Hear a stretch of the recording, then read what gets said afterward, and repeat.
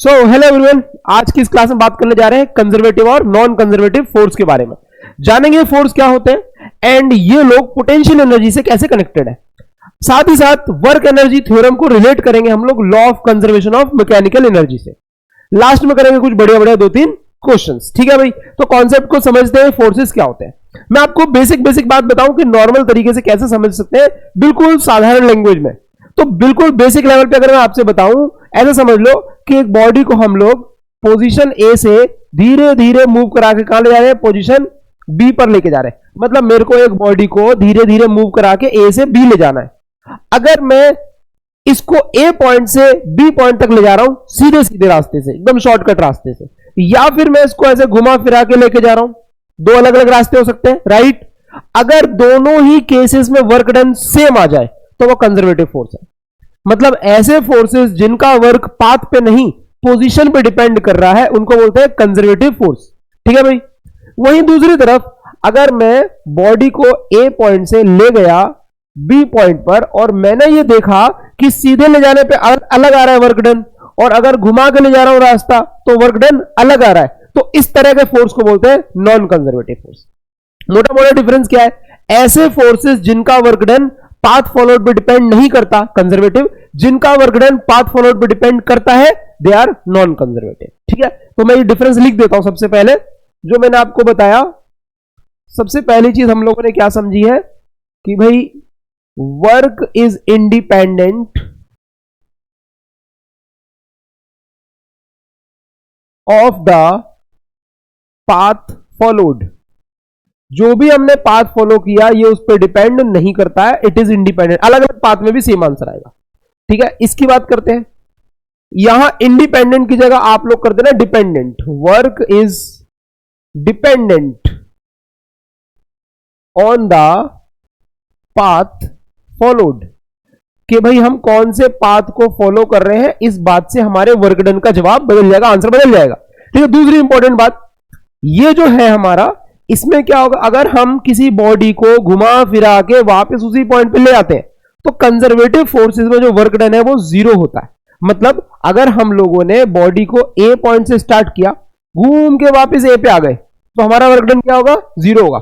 यानी कि work done over a cyclic path, work done over a cyclic path will be zero, या is zero, will be zero.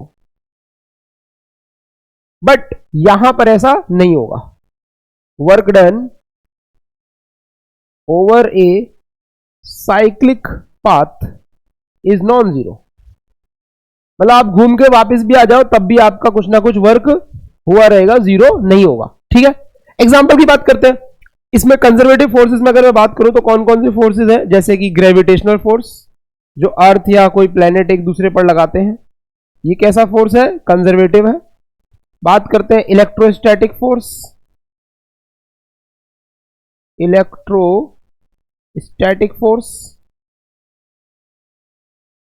Spring force, et cetera. बहुत सारे सवाल मतलब options हो सकते हैं, एसेक्ट्रा। ये सभी फोर्सेस कैसे कंजर्वेटिव है। मतलब इनमें आप लोग अगर एक साइक्लिक पाथ में वर्क करोगे तो आपका आंसर जीरो आएगा, और साथ ही साथ आपका आंसर पाथ फॉरवर्ड पे डिपेंड नहीं करेगा। अलग अलग पाथ में भी आपका जो वर्क डन होगा वो सेम आएगा। जैसे याद करो, मैंने लास्ट टाइम जब वर्क की क्लास ली थी तो वर्क डन बाय ग्रेविटी, भाई बॉडी ऐसे घूम के टेढ़े मेढ़े पाथ से ऊपर जा रही थी, या शॉर्टकट से ऊपर जा रही थी, या हम लोग उसको सीधा ऊपर लेके जा रहे थे।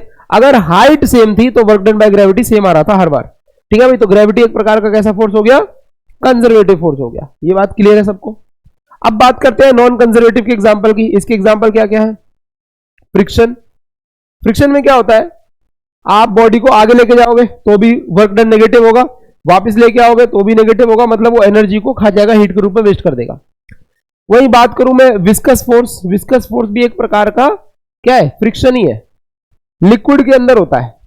लिक्विड के अंदर जब एक लिक्विड फ्लो करता है तो उसकी एक लेयर दूसरी लेयर पे क्या करती है, फोर्स लगाती है। वो जो फोर्स है वो उसको हम विस्कस फोर्स बोलते हैं। ये हम लोग पढ़ेंगे आगे फ्लूइड्स वाले चैप्टर में डिटेल में। ठीक है भाई, तो ये सब क्या है हमारे नॉन कंजर्वेटिव, ये लोग क्या है कंजर्वेटिव।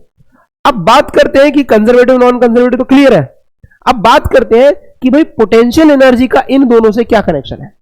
तो सबसे इंपॉर्टेंट मैं बात बताऊं, जब हम लोग पढ़ने जा रहे हैं कंसेप्ट ऑफ पोटेंशियल एनर्जी, सबसे इंपॉर्टेंट बात क्या है कि पोटेंशियल एनर्जी का कंसेप्ट सिर्फ और सिर्फ कंजर्वेटिव फोर्सेस के लिए डिफाइंड है। मतलब हम लोग बात करेंगे अगर कि पोटेंशियल एनर्जी है या कैलकुलेट करनी है या घट रही है या बढ़ रही है, मतलब it is there if there is some conservative force. Potential energy exist ही कंजर्वेटिव फोर्स के कारण करती है। अगर आपका जो फोर्स है वो कंजर्वेटिव नहीं है तो पोटेंशियल एनर्जी का कोई कॉन्सेप्ट नहीं आएगा। ठीक है भाई, तो concept of potential energy arises from कहां से? Conservative forces. ये बात ध्यान रखना। अब ये होता क्या है पोटेंशियल एनर्जी, उसके बारे में बताता हूं।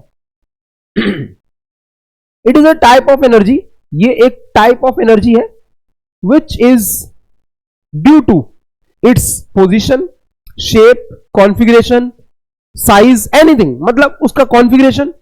आपको एग्जांपल के तौर पर बताता हूं, आप लोगों ने इलेक्ट्रॉनिक कॉन्फ़िगरेशन पढ़ी होगी आइटम के अंदर, पढ़ी थी भाई 1s2, 2s2, 2p3 ऐसे पढ़ी थी। ये इलेक्ट्रॉनिक कॉन्फ़िगरेशन, अगर यहां पर जो ये इलेक्ट्रॉन की संख्या है अलग अलग शेल्स में, या 2p3 की जगह 2p2 हो जाए, या फिर 2p3 के बाद कोई और सेल में कोई इलेक्ट्रॉन चला जाए, तो आपकी पूरी जो एटम है उसकी एनर्जी बदल जाती है, राइट। अगर एक इलेक्ट्रॉन इसमें से निकाल लूं तो आयनाइजेशन एंथैल्पी की वैल्यू चेंज हो जाती है, एक डाल दूं तो चेंज हो जाती है। तो आप लोगों को पता है कि जो इलेक्ट्रॉन यहां पर डिस्ट्रीब्यूटेड है उनका डिस्ट्रीब्यूशन जिस प्रकार से है, मतलब जो उनका ओरिएंटेशन, कॉन्फ़िगरेशन है, अगर इस कॉन्फ़िगरेशन को जरा भी डिस्टर्ब करेंगे एनर्जी बदल जाएगी। तो ये जो एनर्जी है जो कि कॉन्फ़िगरेशन, पोजीशन या फिर शेप, इन सब कारणों से आती है, उसी वाली एनर्जी का नाम है पोटेंशियल एनर्जी। मतलब ये एक ऐसी एनर्जी है जो अलग अलग फैक्टर्स की वजह से आती है। इट इज ड्यू टू, किन किन फैक्टर्स की वजह से? It is due to position, configuration, orientation etcetera, इन सब कारणों के वजह से। So the energy possessed by a body due to its position, configuration और orientation is called potential energy। अब उसमें जो कंजर्वेटिव फोर्स होगा जिस कारण से ये एनर्जी अराइज होगी, उसके आधार पर उसका नाम बदल जाएगा। जैसे मैं कहूं पोजीशन इन ग्रेविटेशनल फोर्स या ग्रेविटेशनल फील्ड, तो उसका नाम हो जाएगा ग्रेविटेशनल पोटेंशियल एनर्जी। मैं कहता हूं पोजीशन इन इलेक्ट्रिक फील्ड, तो उसका नाम हो जाएगा electrostatic potential energy. Position in magnetic field, तो उसका नाम हो जाएगा मैग्नेटिक पोटेंशियल एनर्जी। तो पोटेंशियल एनर्जी तो रहेगी, उसके कॉज के बेसिस पे उसका नाम डिसाइड हो जाएगा। स्प्रिंग के अंदर होती है इलास्टिक पोटेंशियल एनर्जी, तो अलग अलग चीजों के नाम उसके हिसाब से हम लोग डिसाइड कर लेंगे। ठीक है, तो पहली चीज समझ गए भाई, पोजीशन के वजह से, कॉन्फ़िगरेशन की वजह से, ओरिएंटेशन की वजह से जो एनर्जी आती है उसको क्या बोलते हैं? हम पोटेंशियल एनर्जी कहते हैं। अब दूसरी चीज, how to define it mathematically, इसको मैथमेटिकली कैसे डिफाइन करेंगे? ठीक है, ये बहुत इंपॉर्टेंट बात बता रहा हूं। मैथमेटिकल डेफिनेशन की जब बात करेंगे पोटेंशियल एनर्जी की, तो उसको हम लोग work done by conservative force से ही डिफाइन करेंगे। Work done by conservative force, याद करना, जो लोग थोड़ा बहुत पढ़ रखे ग्रेविटेशन चैप्टर, जो डेफिनेशन वहां पढ़ते हो वही डेफिनेशन यहां रिलेट होगी, और हर चैप्टर में 11 से लेकर 12 तक हर चैप्टर में यही डेफिनेशन काम करेगी। इसको समझ लो, work done by conservative force is basically equal to minus of delta U. Minus stands for loss, minus बोले तो लॉस, माइनस डेल्टा यू का मतलब है कि मैं बात कर रहा हूं लॉस इन पोटेंशियल एनर्जी। किसकी बात कर रहा हूं? Loss in potential energy. मतलब कंजर्वेटिव फोर्स जब भी वर्क करेगा तो वो सारा वर्क पोटेंशियल एनर्जी को घटाने में जाएगा। कंजर्वेटिव फोर्सेस के द्वारा जो वर्क होता है वो लॉस इन पोटेंशियल एनर्जी के बराबर होता है। इसी आधार पे हम लोग पूरी की पूरी पोटेंशियल एनर्जी की डेफिनेशन बनाएंगे। उदाहरण के लिए मैं कहता हूं ग्रेविटेशनल पोटेंशियल एनर्जी, क्या डेफिनेशन है? Work done in bringing a small 1 kg particle from infinity to a given point very very slowly is what? Potential energy of that particle at that point. ये आपने पढ़ा होगा gravitation chapter में, नहीं पढ़ा है तो आगे पढ़ाऊंगा। तो जो डेफिनेशन है उसके अंदर क्या कहा गया है कि इंफिनिटी से धीरे धीरे 1 किलोग्राम बॉडी को किसी पॉइंट तक ले आओ, तो उस पॉइंट तक लाने में जो भी वर्क हुआ होगा धीरे धीरे, ये प्रोवाइडेड है, जो भी वर्क हुआ होगा वो सारा वर्क इस पॉइंट पर इस पार्टिकल की पोटेंशियल एनर्जी को दिखाता है। ठीक है, ये डेफिनेशन है। इसके अंदर एक बात अज्यूम करी होती है कि इंफिनिटी पर जो एनर्जी है वो क्या है? जीरो है। हालांकि पोटेंशियल एनर्जी कहीं भी जीरो नहीं होती है, बट हम लोग ऐसा अज्यूम करते हैं कि it is zero at infinity, क्योंकि इंफिनिटी पर जो इंट्रैक्शन होता है वो लगभग ना के बराबर होता है। तो हम लोग ऐसा अज्यूम कर लेते हैं कि पोटेंशियल एनर्जी इंफिनिटी पर जीरो है। बात समझे? तो एक बात इंपॉर्टेंट और मैं बताने जा रहा हूं यहां पर, ये सब कंपटीशन के लिए छोटे छोटे पॉइंट्स दे रहा हूं मैं आपको। एक पॉइंट और इंपॉर्टेंट बात बता रहा हूं कि जो एब्सोल्यूट वैल्यू होती है, ये तो समझ में आ गया फंडा। अब मैं बताने जा रहा हूं कि absolute value of potential energy can not be calculated, can't be calculated. मतलब इसकी एब्सोल्यूट वैल्यू को हम कैलकुलेट कर ही नहीं सकते। एब्सोल्यूट बोले तो कि भाई किसी एक गिवन पॉइंट पर एनर्जी बताओ, नहीं निकाल सकते। We can only find its difference. हम लोग क्या फाइंड कर सकते हैं? We can only find difference in potential energy. लेकिन यदि मैं कह दूं कि उस डिफरेंस में जो दो पॉइंट होंगे उनमें से किसी एक जगह को जीरो मान लो, तो एब्सोल्यूट वैल्यू आ जाएगी ना। तो वही तरीका है कि हम लोगों ने जो भी यहां पर डिफाइन किया है उसके अंदर एक अजम्पशन लगाया है, एंड दैट अजम्पशन इज कि भाई potential energy at infinity is zero. ये अजम्पशन लगाया है, नहीं जीरो माना है। और जहां पर हम पोटेंशियल एनर्जी को जीरो मानते हैं उस चीज को हम लोग कहते हैं रेफरेंस लेवल। क्या कहते हैं? Reference level. रेफरेंस लेवल बोले तो जहां पर पोटेंशियल एनर्जी जीरो है। तो इसी आधार पे इसकी डेफिनेशन बनती है कि भाई अगर एक कंजर्वेटिव फोर्स किसी पार्टिकल को धीरे धीरे धीरे धीरे मूव करा रहा है, तो जो उसका डिफरेंस इन पोटेंशियल एनर्जी है माइनस डेल्टा यू है, उसमें किसी एक को हम जीरो मान लेंगे, उस आधार पर दूसरे की एनर्जी निकाल लेंगे। बात समझ में आई? अभी नहीं समझ में आई होगी, थोड़ी समझाता हूं एग्जाम्पल से। ये आप नोट कर लेना। एक एग्जाम्पल दे रहा हूं, बहुत बढ़िया समझ में आएगा। एक छोटा सा एग्जाम्पल दे रहा हूं, ग्रेविटेशनल पोटेंशियल एनर्जी के आधार पर समझा रहा हूं। ग्रेविटेशनल पोटेंशियल एनर्जी, देखो बच्चों ये जो टॉपिक मैं पढ़ा रहा हूं वर्क एनर्जी के बेसिस पे पढ़ा रहा हूं, तो आप समझ जाओगे जो भी बातें बताऊंगा उसके आधार पर बताऊंगा। जब हम ग्रेविटेशन चैप्टर में जाएंगे तो हम लोग प्लेनेट से बाहर निकल जाते हैं, तो वहां पर जो फॉर्मूला बताने जा रहा हूं वो वैलिड नहीं है, क्योंकि फॉर्मूला मैं बता रहा हूं on the surface of earth. मान लो इस क्लास के अंदर मैं इस मार्कर को ऊपर फेंक रहा हूं या फिर मैं किसी चीज को नीचे रख रहा हूं, तो यहां पर क्या है, अर्थ के बहुत क्लोज हम लोग बात कर रहे हैं, तो हमारे अर्थ के सरफेस के क्लोज तो ग्रेविटी कांस्टेंट है, लेकिन अर्थ के बाहर जाऊंगा तो बदल जाएगी। तो अभी जो फॉर्मूला बताने जा रहा हूं it is valid only near the surface of earth. ध्यान रखना, मैं बताने जा रहा हूं only near surface of earth. ठीक है बच्चों, यहां पे हम लोग बात कर रहे हैं। ओके, तो हम लोग क्या समझते हैं कि भाई एक पार्टिकल है छुटकू सा अपने पास, स्कूल में तो डेरिवेशन भी आता है, कंपटीशन के लिए कॉन्सेप्ट समझ लो। एक पार्टिकल है छुटकू सा, इसको हम लोग धीरे धीरे धीरे धीरे ऐसे एच हाइट पे लेके जा रहे हैं। कहां लेके जा रहे हैं?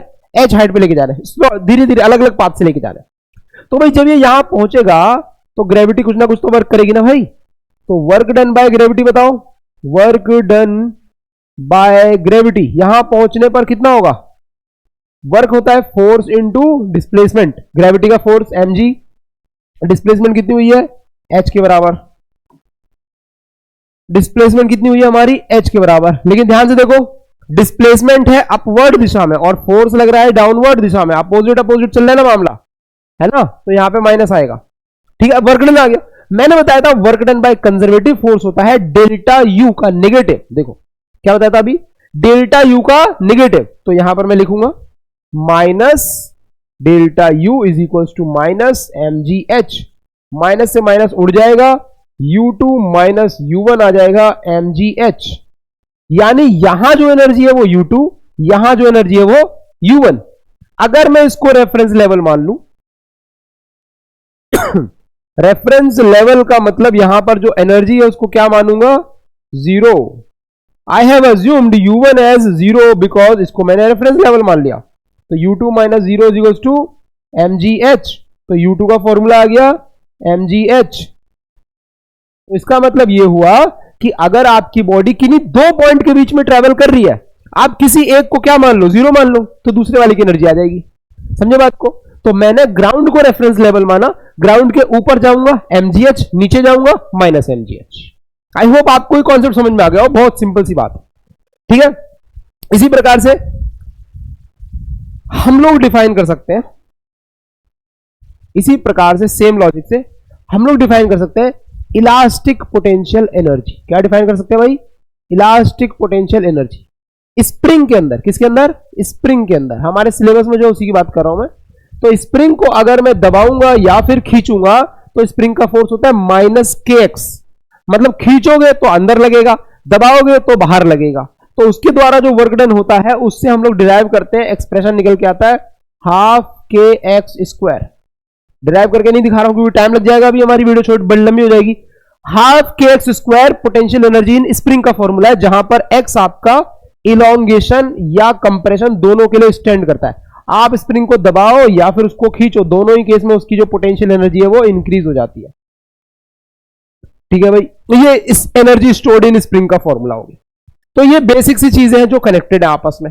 अब इनको और थोड़ा हम रिलेट करते हैं, बट टाइम थोड़ा ज्यादा लग जाएगा, अगली क्लास में इस पे हम डिस्कशन करेंगे। ठीक है भाई, तो इस क्लास में इतना ही।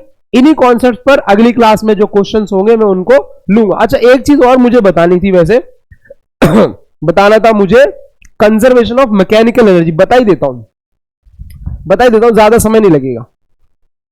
क्वेश्चंस अगली क्लास में ले लेंगे। कंजर्वेशन ऑफ मैकेनिकल एनर्जी, ये क्या था? ये मैंने बताया था, मैकेनिकल एनर्जी होता है kinetic energy plus potential energy, ये मैकेनिकल एनर्जी होती है। कंजर्वेशन क्या होता है इसका वो समझते हैं। समझना ध्यान से, मैंने कहा भाई according to work energy theorem, according to कौन सी थ्योरम? Work energy theorem. इस थ्योरम के अकॉर्डिंग अगर चलते हैं तो work done by all forces will be equal to delta K. किसके इक्वल होता है ये? डेल्टा के। वर्क एनर्जी थ्योरम ये कहती है, जिन बच्चों को नहीं पता वो पिछली वीडियो देख लेना। वर्क डन बाय ऑल में दो लोग आ जाएंगे, एक तो आएंगे कंजर्वेटिव फोर्स, एक आएंगे हमारे नॉन कंजर्वेटिव फोर्स। दोनों का मिला जुला के डेल्टा क्या है भाई? अगर मैं कहूं कि if non conservative forces are absent, क्या कहता हूं मैं? अगर non conservative forces are absent, अगर वो एब्सेंट है तो भाई उनका वर्क भी जीरो हो जाएगा। तो work done by conservative force बराबर हो जाएगा डेल्टा के। कंजर्वेटिव फोर्स का वर्क क्या होता है? माइनस का डेल्टा यू, और डेल्टा यू की जगह क्या आ जाएगा भाई? u2 minus u1 is equals to k2 minus k1।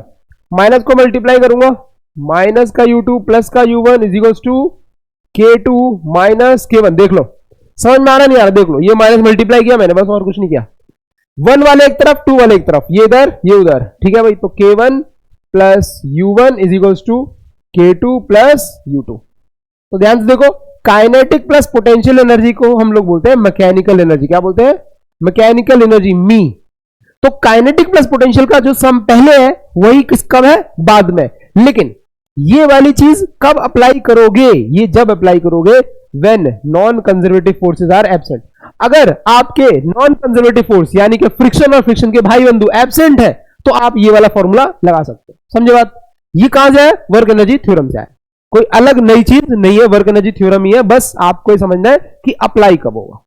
I hope आपको समझ में आ गया होगा। नोट आउट कर लेना, कमेंट कर देना अगर इससे रिलेटेड कोई बात रह गई, और क्वेश्चंस मैं लूंगा अगली लाइव क्लास में। तो उसके लिए आप इसको देखकर तैयार करके समझ करके रखना। Bye bye.